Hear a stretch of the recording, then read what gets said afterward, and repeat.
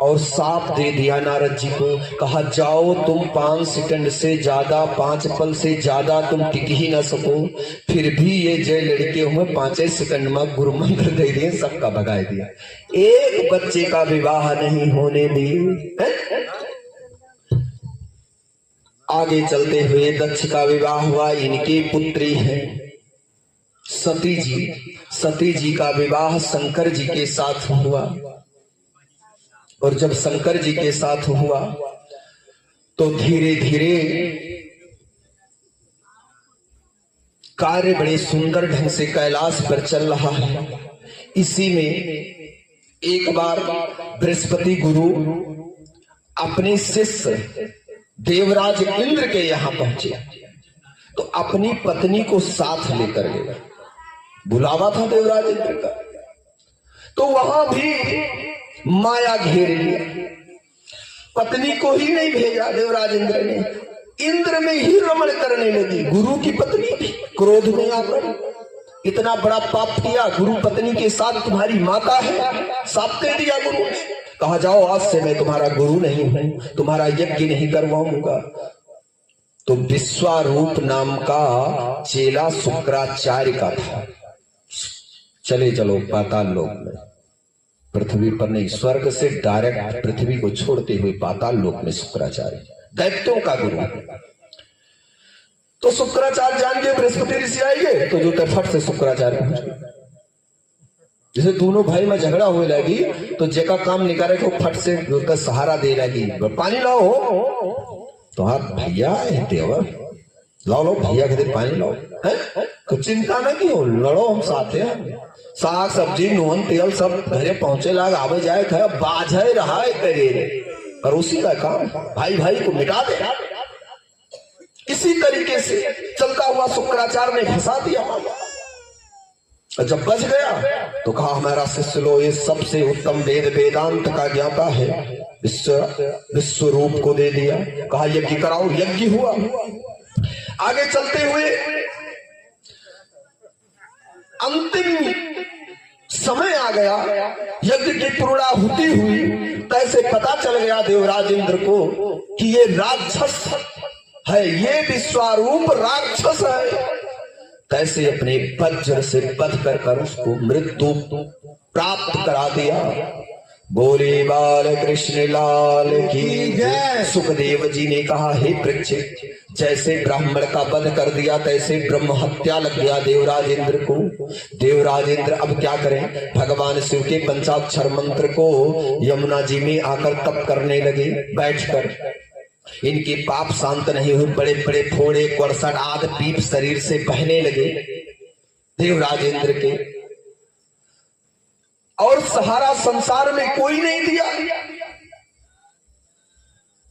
तब इन्होंने क्या किया, 4 भागों में अपने पाप को बांट दिया।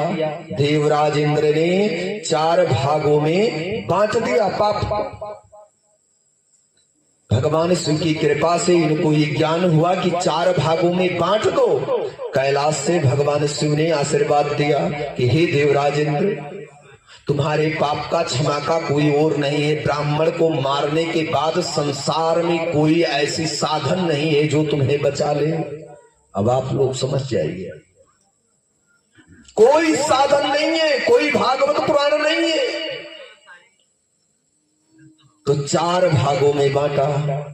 प्रथम भाग दे दिया पृथ्वी को, द्वितीय जिस जल में, और तृतीय वृक्ष को, चौथा हमारी माताएं को दे दिया, स्त्रियां को मृत भूमि स्त्रियों को दे दिया।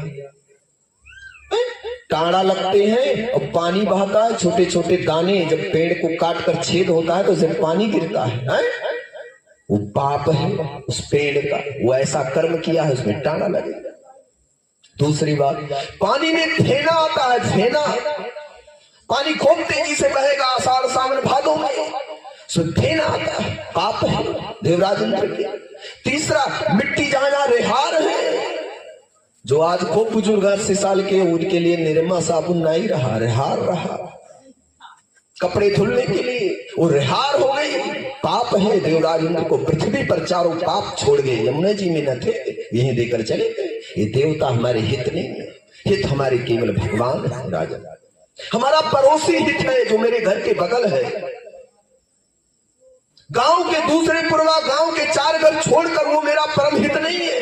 वो तो दांव पाएगा, तुम नहीं हो, पड़ोसी से बिगाड़े हो तो तेरे घर को लूट लेगा और लगा देगा उसको कि तेरा पड़ोसी ने लूट लिया।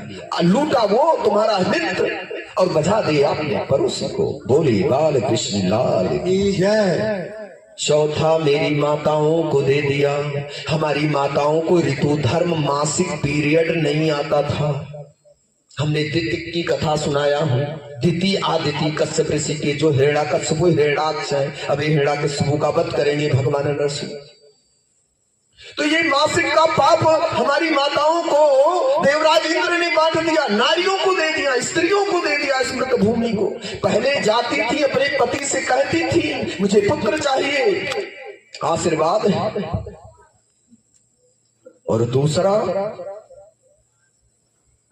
आज पुत्र की जरूरत है तो ऋतु धर्म पर ही सहवास का पुत्र का आगमन हो सकता है। मुंह से गाने और डमरू बजाने से कुछ मिलने वाला नहीं। नियम बना दिया, आप नियम के निहित हो गए। बोले बाल कृष्ण लाल की जय। परीक्षित ने कहा हे प्रभु, ये तो सुंदर बात सुनाई, सब कुछ तो दे दिए, हिरण्याक्ष को तो बता दिए, वध हो गया, पृथ्वी का स्थापना कर दिया, लेकिन हिरण्याकश्यप ने क्या किया? भाई के मरने पर उतन बड़ा विरोध कर लिया नारायण से। कहा जो नारायण ने मेरे भाई का वध किया है उसको इस त्रिलोक में कहीं रहने नहीं दूंगा। अपनी गदा को, तलवार को उठाया और विष्णु विष्णु विष्णु नारायण नारायण नारायण कर तीनों लोकों में डंका बजा दिया। और जब कहीं नहीं पाया तो मेरे भगवान, जब कहीं छुपने की जगह नहीं मिल गई, न बैकुंठ में, न गोलोक धाम, न क्षीर सागर, न सत्यलोक, तब वो हिरण्याकश्यप के हृदय पे तो नारायण नारायण नारायण नारायण नारायण नारायण नारायण नारायण नारायण कहता। तो कहा इससे बड़ा भक्त हमार के कहीं यही हृदय में बैठियो, भगवान हृदय में बैठ के आपन बचाए ले सृष्टि। अरे हम आप बच गए, नहीं सबका मार डारा हिरण्याकश्यप, भगवान का जो मार डारा तो हम ही सब न रही। बोली बाल कृष्ण लाल की जय। तो कश्यप तब जब नहीं पाया तो ब्रह्मा जी का कैलाश लोक पर तप किया और ब्रह्मा जी से वरदान प्राप्त किया कि संसार में मुझे कोई अस्त्र मार ना सके। अब नारायण की विरोध में आ गया। उनकी पत्नी कयादू है। हिरण्याकश्यप की पत्नी का नाम है कयादू। कयादू भगवान सोचते हैं कि ये मारेगा जरूर हमें, ये छोड़ सकता नहीं। ये जान लो, राक्षस और मानव में 2 अंतर है। राक्षस तो शीघ्र सामने से लड़ते हैं, अब मानव सरयू के किनारे से कहा था सीता जी गए रहे 1.5 साल लंका में रहे, कौन पता। बोले बाल कृष्ण लाल की जय। श्रवणम कीर्तनम विष्णु यस्मरणम पाद सेवनम यर्चनम वंदनम दास्यम संख्यमात्म निवेदनम। हे राजन, बालक धीरे धीरे कयादू के गर्भ में भगवान का भक्त आ रहा है।